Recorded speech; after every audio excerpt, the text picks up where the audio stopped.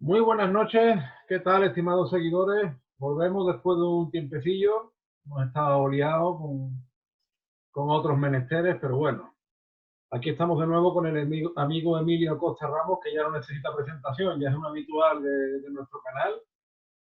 Y con Emilio tuve la oportunidad hace tiempo de charlar en la misma Sevilla sobre Sevilla como puerto y puerta de Indias, Sevilla como la puerta de América. Estuvimos en dos barrios muy emblemáticos como son Triana y El Arenal, que nos explican muy especialmente esa conexión con el Nuevo Mundo.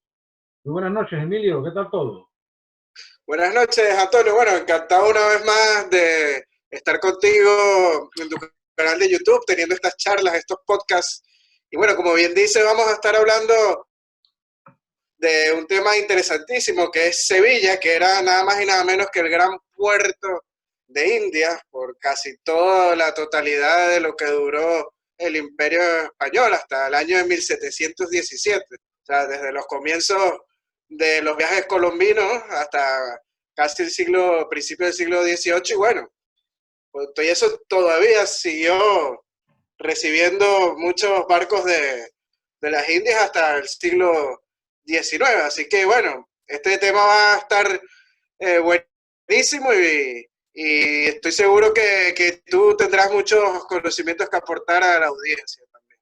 No, hombre, tú también. Yo me recuerdo especialmente el día que quedamos en Sevilla, que además era, creo recordar que era cerca de la fecha del Corpus, que ese año estaba muy dedicado a la Hermandad de los Negritos, que como sabes ahora, pues, después lo voy a poner el enlace para nuestros telespectadores. La Hermandad de los Negritos está recaudando ahora pues, fondos para un documental. Esos fondos van a ir a una bolsa de caridad y la Hermandad de los Negritos, recuerdas que hablábamos de cómo también influenció en América Sí, que y el Lima además, tiene mucha influencia en Lima.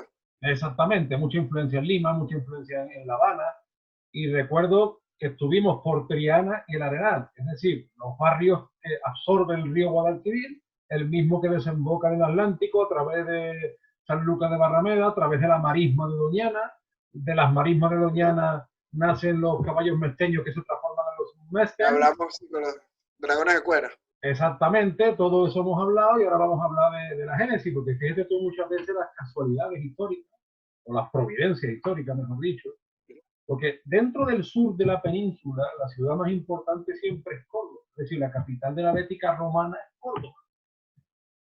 Con los Y en la época árabe también.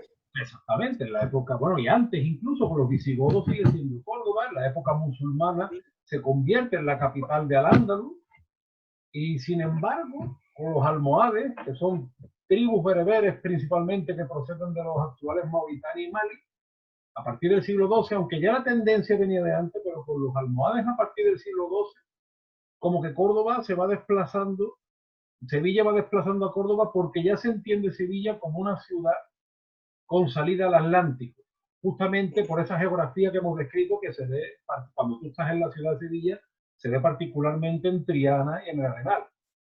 Y cuando ya llegan las tropas de Fernando III el Santo y comienza la repoblación y esta tierra vuelve a la cristiandad, eso se confirma. En el siglo XIII ya está totalmente confirmado porque además dentro de la corona de Castilla se crea el reino de Sevilla, que no es solo la actual ciudad. Muchas veces tú sabes que se tiene la imagen de Sevilla como una ciudad, de comillas, castiza, muy cerrada en sí misma, pero sin embargo Sevilla es una ciudad que es el punto neurálgico de ese reino de Sevilla que abarca las actuales provincias de Huelva, Sevilla y Cádiz, y parte incluso del sur de Badajoz, de la comarca del Fregenal. Entonces, algo que se viene desarrollando durante la Edad Media, a finales del siglo XV, cuando Colón llega a América, que llega a través de Palos de, bueno, parte de Palos de la Sí. Frontera, que en aquel entonces pertenece al Reino de Sevilla, porque recordemos que la división en provincias data de 1833, en 1492 esas tierras pertenecen dentro de la corona de Castilla al Reino de Sevilla, y cambia la historia universal, y se cambia a partir de esa Andalucía atlántica. Entonces, me acuerdo yo de esa conversación que tuvimos porque está uno ante uno de los puntos más importantes del planeta probablemente, ¿no? Sí, de la historia. Y sobre todo el barrio de Triana, que toda la marinería que se embarcaba, la mayoría de la marinería que se embarcaba al Nuevo Mundo, provenía de ese barrio que es tan importante, pues un barrio con una tradición muy marinera, ¿no? Pero bueno, hay que saber primero por qué Sevilla se convierte, como decir, el punto neurálgico, el puerto importante de Europa para la época, ¿no? Ya hablaste del por qué Sevilla se convierte como que la ciudad más importante del sur de España y de España, pero ¿por qué de Europa, no? Claro. Hay que tomar en cuenta que antiguamente pues el Mediterráneo pues fue el mar que comercialmente movía más mercancías y más barcos. Está el puerto de Venecia, que fue muy importante, que negociaba con el oriente del Mediterráneo, pero los turcos al ocupar todo el oriente del Mediterráneo, pues esa salida hacia Asia, hacia las mercancías asiáticas, pues se bloquea. Entonces, bueno, los países del occidente de Europa empiezan a buscar una ruta por occidente, valga la redundancia, por el Atlántico. Y entonces, bueno, ahí empiezan los portugueses con las navegaciones y bueno, aparece la figura después de Colón, se descubre el nuevo mundo y entonces España necesitaba un puerto natural que fuera seguro y tuviera una mejor conexión con las Indias. Las Indias, al estar en el occidente, pues se necesitaba una salida por el Atlántico y deja de tener importancia el Mediterráneo. Entonces, la importancia económica, el polo económico, pues se traslada al Atlántico, lo que es la importancia, el polo económico de la península y de Europa también. Claro. Entonces, ¿cuál es la ventaja de Sevilla? De Sevilla, al tener navegación fluvial, pues era más difícil de que tuviera ataques desde la mar de supuestos enemigos. Entonces, estratégicamente, militarmente, era un puerto más seguro que como lo podía hacer a lo mejor Puerto de Palos o Sanlúcar de Barrameda, o la misma Cádiz, ¿no? Porque bueno, después se traslada el puerto de Indias a Cádiz, pero ya es una época que es muy difícil los ataques de corsarios y piratas. Ya en el siglo XVIII ya no hay tantos ataques a las costas españolas por parte de los piratas y los corsarios. Entonces, por eso es que Sevilla pues se alza con este favoritismo en el año de 1503 como puerto de Indias y se establece la casa de contratación. Así es. Que es muy importante. Y claro, y estamos además, como tú bien mencionabas, los portugueses, las guerras entre moros y cristianos que van desembocando al final del Atlántico, porque todo el avance de los portugueses llegan al Algarve, y entonces el reino de Sevilla se convierte también en frontera con Portugal. Yo siempre cuento la anécdota, una compañera mía de trabajo brasileña que me decía, ¿cómo ustedes estando tan cerca de Portugal no hablan portugués o no conocen el portugués? Bueno, es una buena pregunta, ¿no? Bueno, pero sabes que del lado portugués sí hablan español. Eso es, por lo menos lo entienden. O lo entienden, sí, pero es muy común que te lo hablen. Sí. Pero en el lado español no es muy difícil hablar portugués. Definitivamente, entonces, pues Sevilla se convierte en lo que tú dices, una especie de bastión inexpugnable, por esa ventaja que tiene del Guadalquivir, que es uno de los ríos más grandes de la península, bueno, del árabe, Guadalquivir, el río Grande, ¿no? Y por su conexión próxima con el Atlántico a través de Sanlúcar, a través de, en fin, de poblaciones que además... Y otra ventaja que tiene Sevilla, la ciudad de Sevilla tiene zonas fértiles muy próximas, tanto la Vega del Guadalquivir como la comarca de la Jarafe. Entonces, tanto La Vega, que a día de hoy tú lo ves en Coria del Río, en Gelbe, en San Juan, etcétera. Si tú te vas para el lado de la Jarafe, tú vas bajando por Castilleja, Bormujos, Bollullo, pues son zonas, en la Jarafe, por ejemplo, es zona de mucho pino.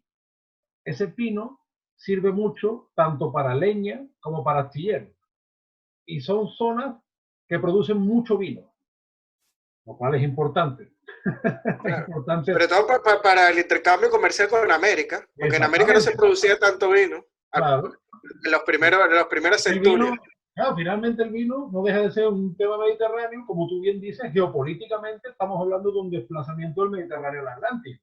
Entonces, eso requiere de un proceso de adaptación. Y luego la Vega del Guadalquivir, la cantidad de huertos que hay, de frutales, o sea, por tanto Sevilla tiene o sea, tiene unas ventajas geográficas.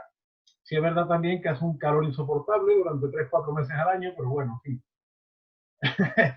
Sevilla juega con esas bases. Y Sevilla hay que entenderla, vuelvo a repetir, no como una provincia del siglo XIX, sino como un punto neurálgico de una geografía muy determinada sobre el contorno de la Andalucía atlántica. Muchas veces es lo que hablamos. Hablamos de la influencia española en América. Sin embargo, no hablamos muchas veces de esa influencia criolla y hispanoamericana que primero entra por Canarias y por Andalucía, porque del puerto de Sevilla se va a formar una ruta durante más de 3 siglos que forma toda una comunión cultural. Es decir, los barcos salen de Sevilla, atraviesan San Lucas de Barrameda, llegan a Canarias, de Canarias a Cuba y de Cuba al continente. Y vuelta a empezar. Cuba, Canarias, Andalucía, Andalucía, Canarias, Cuba. Sí, la flota de Indias. El recorrido de la flota de Indias. Exactamente. Y eso pues se va a reflejar en la gastronomía, se va a reflejar en la música, se va a reflejar, yo siempre lo digo, seré un pesado, Emilio, pero es que nunca caemos en que la tortilla lleva papa, nunca caemos en que el gazpacho lleva tomate, lleva tomates, o nunca caemos en que el flamenco tiene muchísima más influencia criolla de lo que se piensa, ¿no? Y además porque tú vas viendo música, sobre todo en los grandes puertos, tú vas viendo esos fandangos que ves en Veracruz, vas viendo determinadas músicas en Lima, en el Callao, y al final como que, o el joropo. Venezuela, el joropo. Como que todo tiene un aire de familia, ¿no? Y mucho, el periodista peruano Fernando Iwasaki dice que salió de Perú en los años 80, que fueron unos años terribles para Perú, y que él salió de allí prácticamente odiando Lima.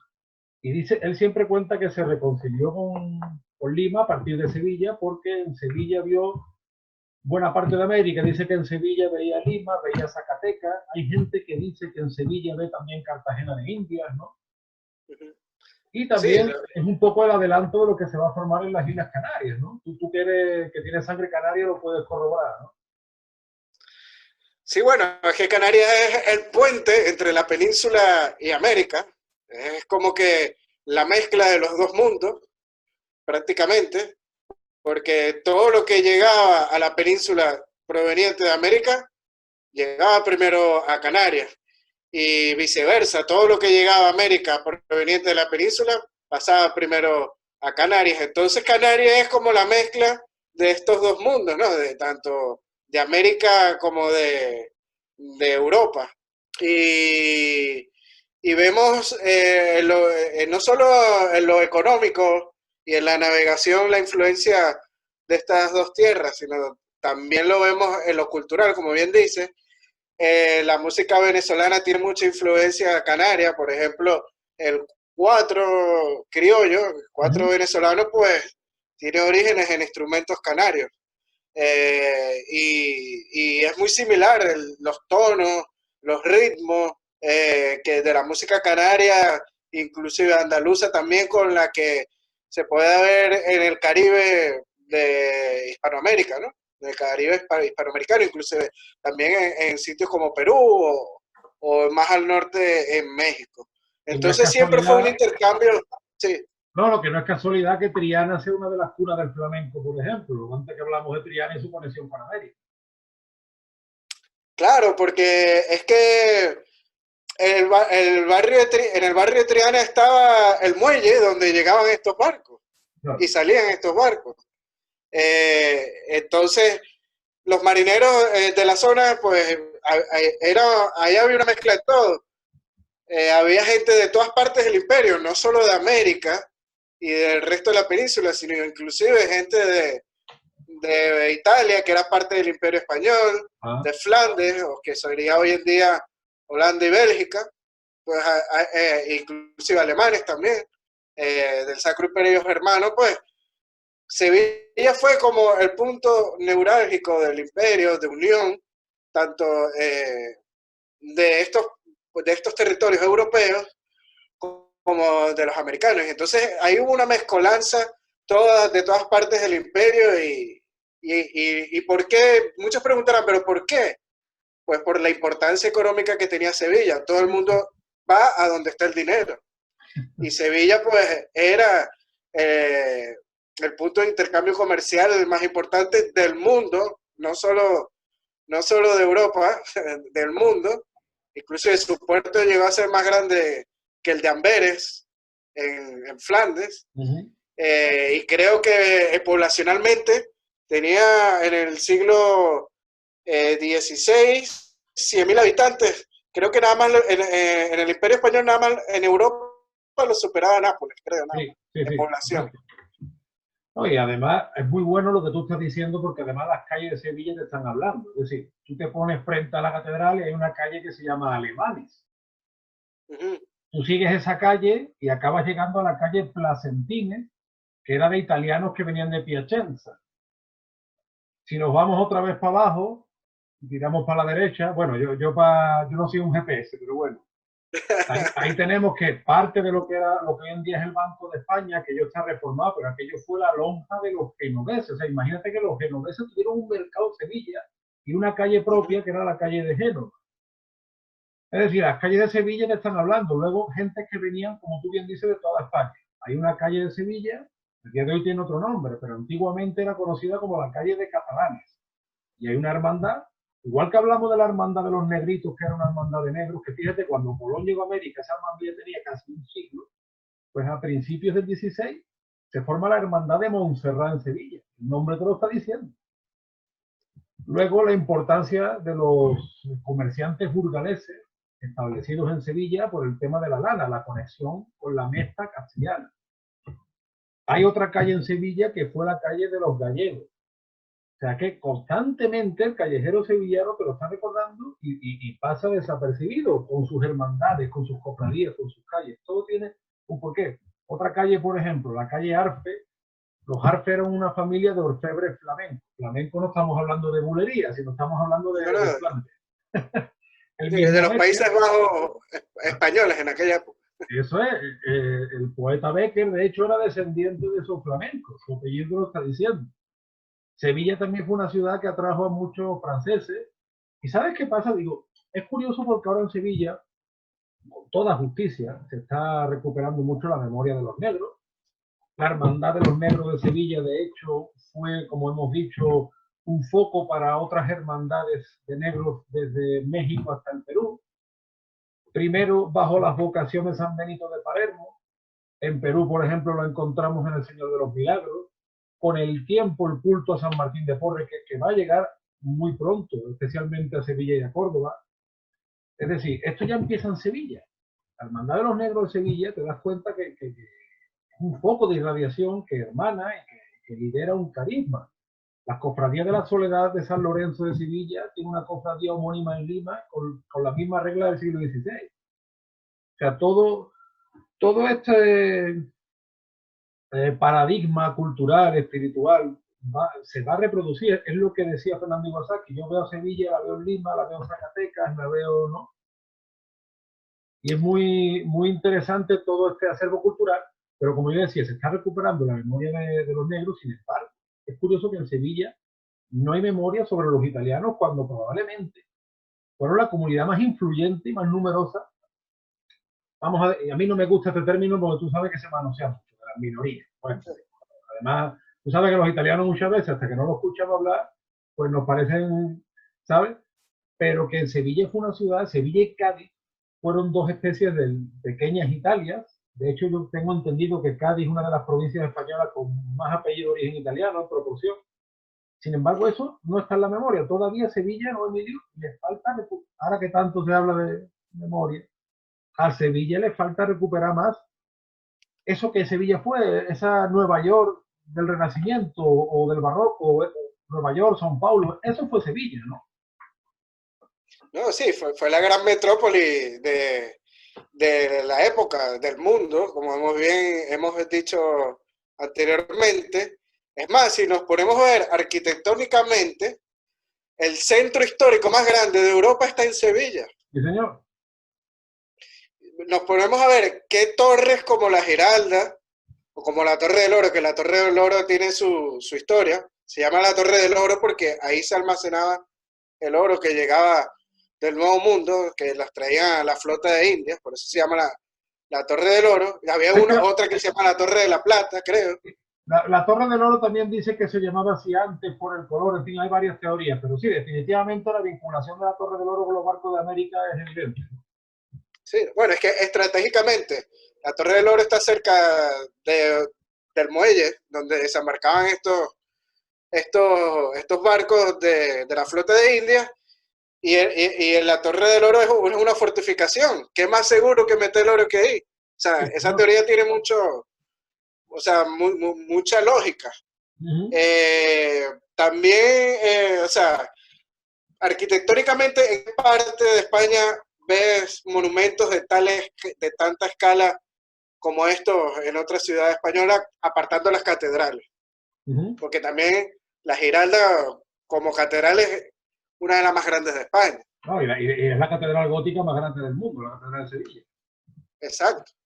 Y, o sea, ya con solo ver todo este tipo de obras arquitectónicas ya te estás dando a entender la importancia que tenía Sevilla en la época, porque la Torre del Oro o la Giralda eran como decir los rascacielos para esa época, de la época.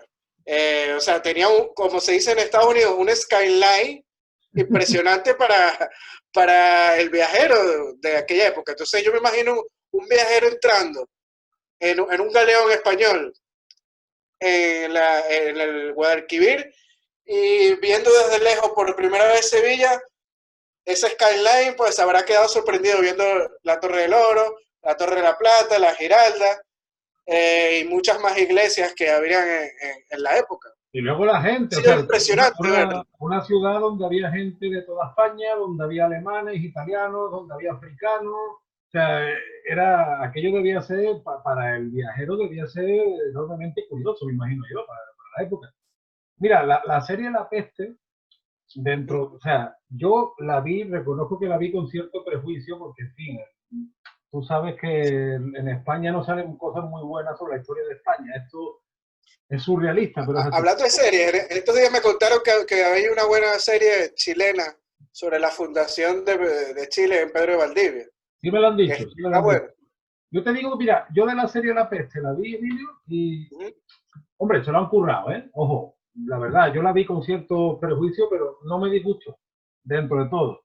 Porque creo que la Peste sitúa a Sevilla en 1597 y creo que hace un buen trabajo por recuperar esa ciudad tan grande, tan compleja, y donde también pues había sus bajos fondos. Cervantes, por ejemplo, que estuvo 2 siglos, perdón, que estuvo un par de años preso en Sevilla. Tú sabes que toda la ciudad de Sevilla está llena de placas de Cervantes, porque Cervantes, bueno, de hecho la novela Rinconete y Cortadillo también está en Sevilla, y Cervantes te explica cómo en Sevilla había organizaciones mafiosas como tal. O sea, como gente de toda España venía por eso, bueno, incluso Cervantes lo hace un poco con una afición paralela, pero había gente, incluso Santa Teresa de Jesús, que dice, con razón esta ciudad tiene la mala fama que tiene, es una ciudad disoluta.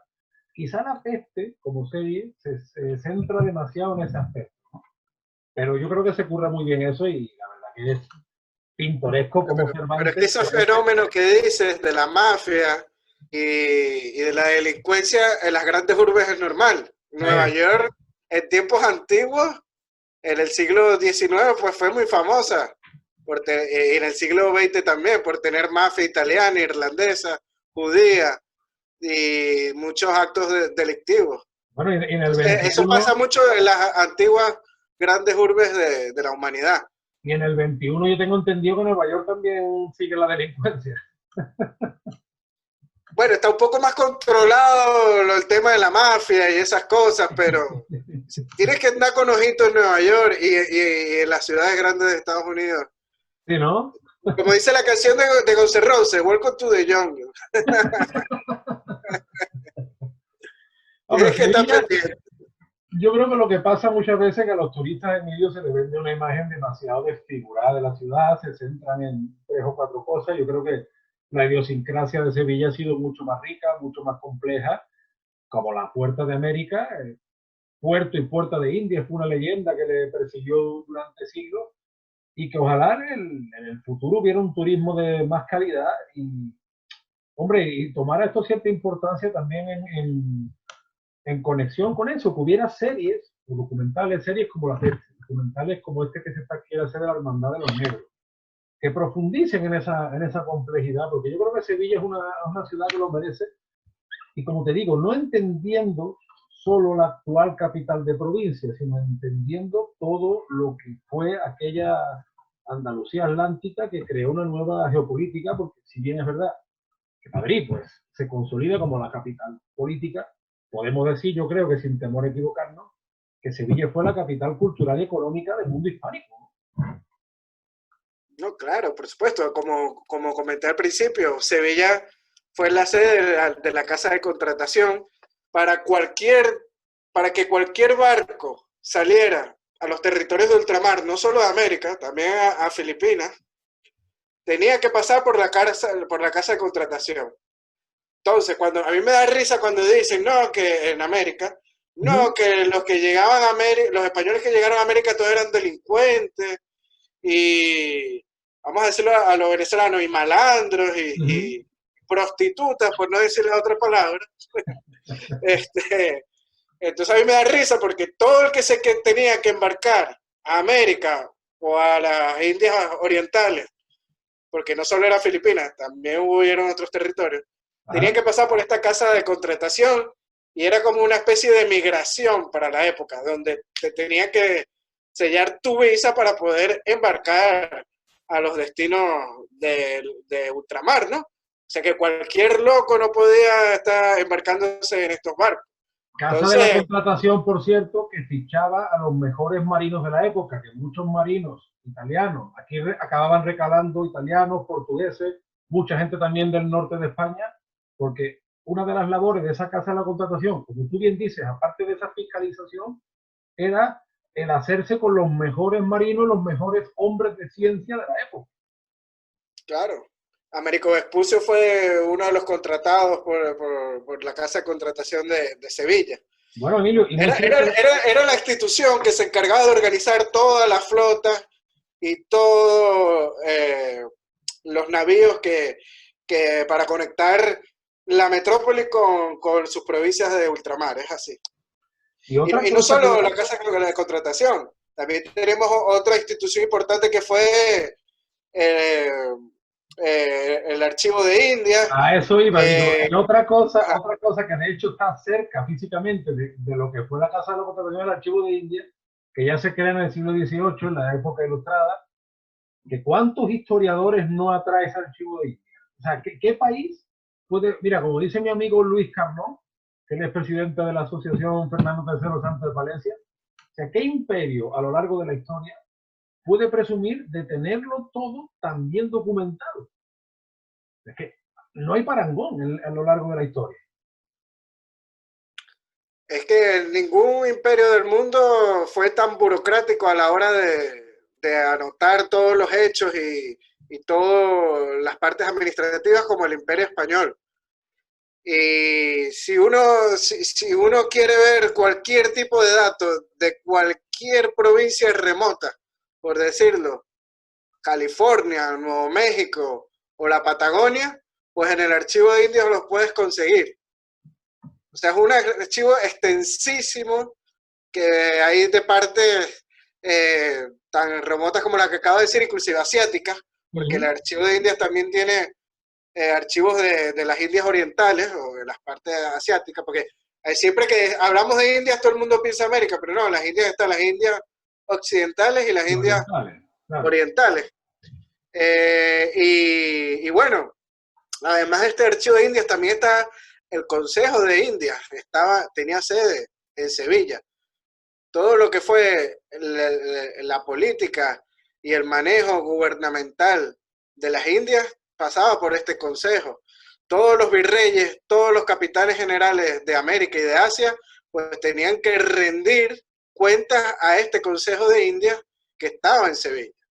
Imagínate la importancia que tenía Sevilla. Y todo lo que llegaba de América, primero a la península, pasado por el filtro canario, también llegaba a Sevilla, incluida la familia, muchas familias criollas, mestizas o incluso indígenas que se establecen en la península y que antes de ir a sus respectivos destinos pasan temporadas en Sevilla.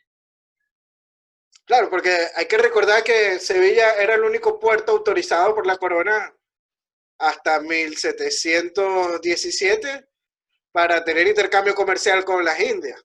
Entonces, todo el que venía de América o de Asia tenía que pasar por Sevilla, juro. Era como una especie de embudo para poder entrar a Europa, no solo a España, a Europa. Sí, sí.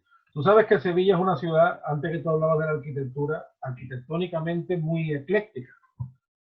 Tú vas, por ejemplo, a Granada, y Granada es una ciudad que yo la veo así, ¿no? A mí me encanta, ¿eh? Granada me parece fascinante. Es una ciudad de muchos contrastes, porque hay veces que tú pareces que estás en Italia, en Roma, y otras veces que parece a lo mejor que estás en Siria. Sin embargo, Sevilla es muy ecléctica. Sevilla, tú ves cómo lo gótico se adoba con lo mudéjar, cómo luego vienen los renacentistas, cómo luego lo barroco lo cubre todo.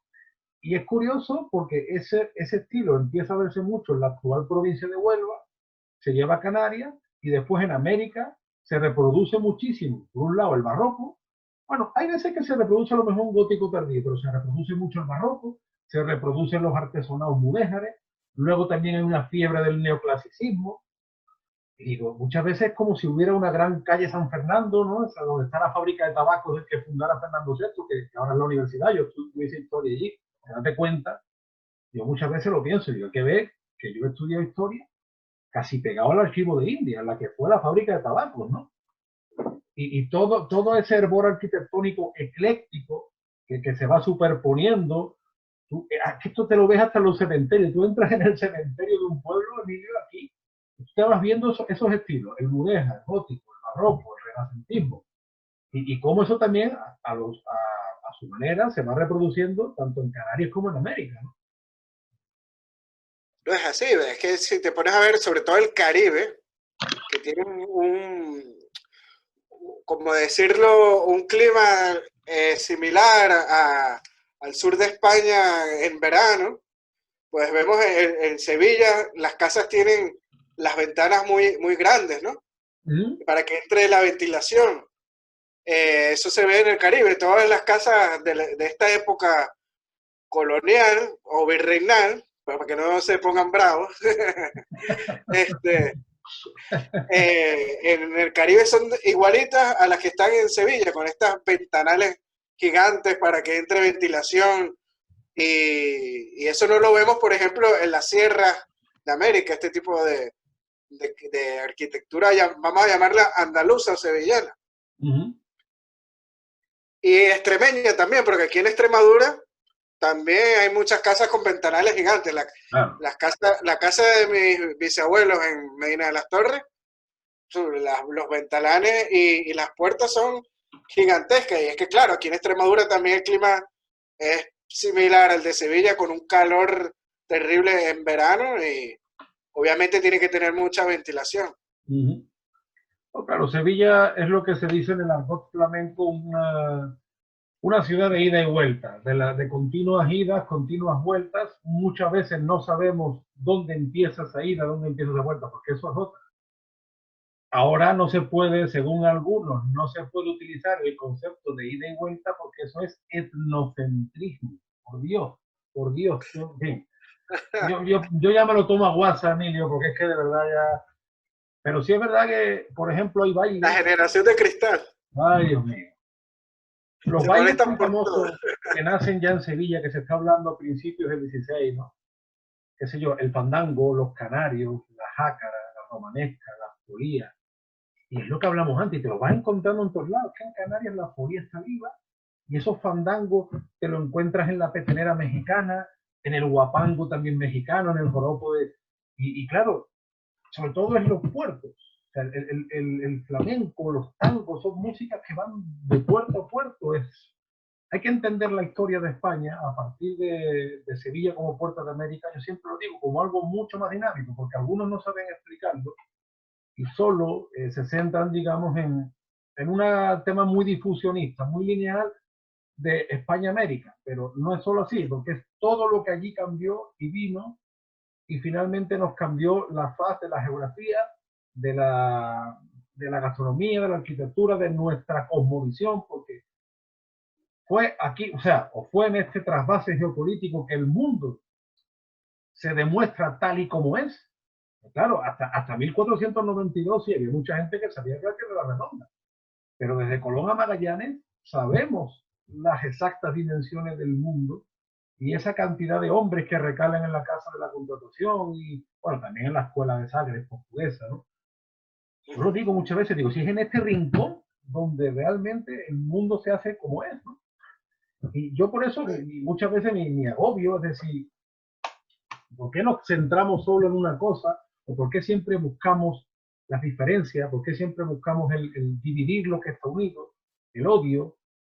Y no nos centramos en esa riqueza común que tenemos en tantos puntos de nuestro mundo, porque nuestro mundo es una koiné, como decían los griegos, ¿no? Lo que pasa es que yo creo, Antonio, que este siglo XXI es el siglo de los individualismos. Ya no, nadie piensa empáticamente en las comunidades ni en la unión. Todo el mundo va, como dicen aquí en España, a su bola. Es ¿Tú sabes así. lo que decía un sevillano muy ilustre, el rockero Silvio, que en paz descanse, decía, todo el mundo va a lo suyo menos yo que voy a lo mío? Sí, y entonces vemos que vivimos en una sociedad muy polarizada. Hace 20 años no era así, Sí, sí, la verdad. lamentablemente. Entonces, imagínate, si queremos rescatar más la unión de pueblos, pues yo creo que la historia es la herramienta perfecta para esto. O sea, y qué más Sevilla, siendo la gran puerta de América y de Europa en aquel momento. Que como bien dice, o sea, no solo económica y culturalmente, sino también hasta en la pintura. Grandes maestros pintores vivían en Sevilla. Eh, Velázquez fue uno Claro. que salió de Sevilla. O sea, Sevilla Zurbarán, tiene, Murillo. sí, sí, hay muchísimos pintores que salieron de Sevilla. O sea, ahí ves la importancia que cuando una ciudad tiene importancia económica, pues la tiene en todos los sentidos, tanto culturales como puede ser políticos, etcétera, como dijimos ahora. O sea, el Consejo de Indias estaba en Sevilla, que era quien gobernaba las provincias de ultramar. Y si te pones a ver, Sevilla empieza a su decaída justamente cuando se pierden las Indias occidentales. Y el polo de importancia económica, pues otra vez vuelve en la península al Mediterráneo. Así es. De hecho, ya a principios del 18, cuando se traslada la Casa de la Contratación a Cádiz, en mi pueblo, por ejemplo, mi pueblo, Bollullos de la Imitación, que está a 15 kilómetros de Sevilla más o menos, ve como muchos nobles regresan a sus haciendas porque ya no hay tanto trasiego económico y las ganancias que ellos han obtenido las invierten en sus propias haciendas y en el siglo XVIII mi pueblo vive una especie de renacimiento incluso demográfico porque hay gente que trae a trabajar a gente de otro lado, las haciendas se hacen más grandes, más bellas, en fin, y luego lo que pasa es eso, que yo creo, Emilio, que Sevilla se ha replegado mucho sobre sí misma y que sobre todo en el romanticismo existe muchas veces una imagen, no sé, ¿cómo te puedo decir? Insuficiente en algunos lados y empalagosa por otros. No obstante, Emilio, ya que vamos a ir por la recta final, ya para no extendernos demasiado, o sea, tú como canario americano, ¿qué sensación tienes cuando vas a Sevilla? Porque Y extremeña, no te olvides de mi parte extremeña. sí señor, claro, sí señor. O sea, tú eres, fíjate tú, de la tierra de los conquistadores a la más americana de las tierras de España, como son las Islas Afortunadas, y encima, pues también eres venezolano. O sea, ¿no? ¿Tú qué Más sensación? mezclado imposible. No, pero al final mezcla todo lo mismo, fíjate. Claro, no, la hispanidad, tengo de todas partes de la hispanidad. Es como Cavafis cuando en sus poemas pues llamaba a la Hélade, pues al final la Hélade o Roma, ¿no? En fin, son esos conceptos de los cuales somos herederos. ¿Tú, Emilio, qué sensación tienes? Porque tú conoces Sevilla. Cuando pisas Sevilla, ¿qué sensación tienes? No, bueno, a mí Sevilla me encanta. Si por mí fuera, si fuera millonario, me compro un chalet en Sevilla. Fuera vecino de Sergio Ramos. Pero bueno, No, hablando ya en serio, pues no, Sevilla, para mí, la importancia histórica que tiene Sevilla es que tú, yo que he vivido también en Madrid, tú ves la diferencia arquitectónica con Madrid, es impresionante porque el centro de Madrid histórico pues es muy pequeño en comparación con el de Sevilla. Y ahí ves y observas la gran importancia que tuvo durante 300 años este puerto. Y los andaluces, y en especial los sevillanos, pues son gente que de verdad maravillosa, que te reciben siempre con una sonrisa, son muy abiertos, hablan, son muy parlanchines, por decirlo de alguna manera. O sea, disfrutas mucho hablando con ellos y eso no se ve en el resto de, de España, pues. O sea, Sevilla También tiene un pasa una color cosa. especial, como dice la canción. Claro, también tenemos fama de que hablamos más de la cuenta, ¿verdad? No, bueno, yo disfruto siempre que voy a Sevilla y me encanta. Y sabes que los caribeños también, yo Claro, que soy criado en el Caribe, también somos un poco así abiertos, muy similares al andaluz. no, Y, y yo eso lo viví. lo siento muy cercano. El sitio de la península, sacando Canarias, el sitio de la península que más me siento como más familiar a América, pues sin duda Andalucía. El andaluz es muy parecido y el sevillano al indiano, por llamarlo Sí, como sí. se llamaba históricamente. Yo lo que te decía, yo viviendo en Perú, cuando llegaron tantos venezolanos, ahí, por ejemplo, me di cuenta de lo enorme parecido entre andaluces y venezolanos, por ejemplo. Bueno, pues nada, Emilio, vamos Sí, cerrando este espacio. Muchísimas gracias por tu colaboración, es un lujo siempre tenerte. Le recomendamos a nuestros espectadores que visiten siempre Venezuela Colonial, ¿verdad? sí, correcto. Estamos en Facebook, nos consiguen Venezuela Colonial, en Instagram @Venezuela Colonial y en YouTube pues también Venezuela Colonial. Ahí estamos para, para cualquier tipo de información histórica sobre no solo Venezuela, sino del mundo hispano en general. Bueno, esperemos que a ver si escuchan nuestros consejos sobre mejorar esa imagen nuestra. Desde aquí sigo llamando a quien quiera, quien pueda colaborar, por supuesto, con el documental de la Hermandad de los Negros, que yo creo que va a hacer mucho bien a nuestra historia. Y bueno, próximamente pues estamos grabando otra vez, Emilio. Muchísimas gracias, un fuerte abrazo y hasta la próxima. Gracias por la invitación, Antonio. Hasta pronto. Un Hasta la gran abrazo próxima. hasta Sevilla. Un abrazo. Chao, chao.